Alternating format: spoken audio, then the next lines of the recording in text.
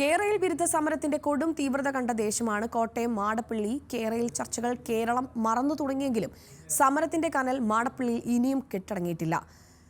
പ്രതിഷേധ സമരങ്ങളിൽ പങ്കെടുത്തവർക്കെതിരായി പോലീസ് എടുത്ത കേസുകൾ ഒഴിവാക്കുക, സിൽവർ ലൈൻ പദ്ധതി പൂർണ്ണമായും ഉപേക്ഷിക്കുക തുടങ്ങിയ ആവശ്യങ്ങൾ ഉന്നയിച്ചുകൊണ്ട് 800-ാം ദിവസവും മാടപ്പള്ളിയിൽ സമരം തുടരുകയാണ്. സ്വപ്നം കണ്ടും സ്വരുക്കൂട്ടിയും സ്വന്തമാക്കിയ പുരയിടത്തിൽ കേരളോടാൻ അനുവദിക്കില്ലെന്ന് കാട്ടി പ്രതിഷേധത്തിന്റെ ജ്വാല തെളിയിച്ച നാടാണ് മാടപ്പള്ളി. കേരളത്തിലാകെ പടർന്ന കേരള വിരുദ്ധ സമരാഗ്നിയുടെ തുടക്കം മാടപ്പള്ളിയിൽ നിന്നുമായിരുന്നു. കേരള ചർച്ചകൾ നാളുകൾക്കിപ്പുറം കെട്ടടങ്ങി. പക്ഷേ മാടപ്പള്ളിയിലെ സമരജ്വാല ഇനിയും അണഞ്ഞിട്ടില്ല. കേരള കുറ്റിനാട്ടിയിടത്ത് വെച്ച തെങ്ങിന്തയും അന്നുയർന്ന സമരപ്പന്തലും ഇന്നും അവിടെ ഉണ്ട്. 2 വർഷങ്ങൾക്ക് മുമ്പ് വിളിച്ചു തുടങ്ങിയ മുദ്രാവാക്യം ഇന്നും മാടപ്പള്ളിയിൽ മുഴങ്ങുന്നു.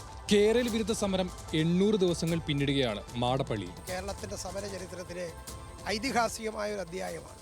മറ്റാർക്കും നടത്താൻ കഴിയാത്ത വലിയ ഒരു ജനകീയ പ്രതിരോധമാണ് ഇതിൻ്റെ ഭാഗമായി സൃഷ്ടിക്കപ്പെട്ടത്. ആ സമരത്തിൻ്റെ ഭാഗമായിട്ടാണ് മാടപ്പള്ളിയിൽ വലിയ പോലീസ് അതിക്രമം ഉണ്ടായ ഒരു സ്ഥലമാണ്.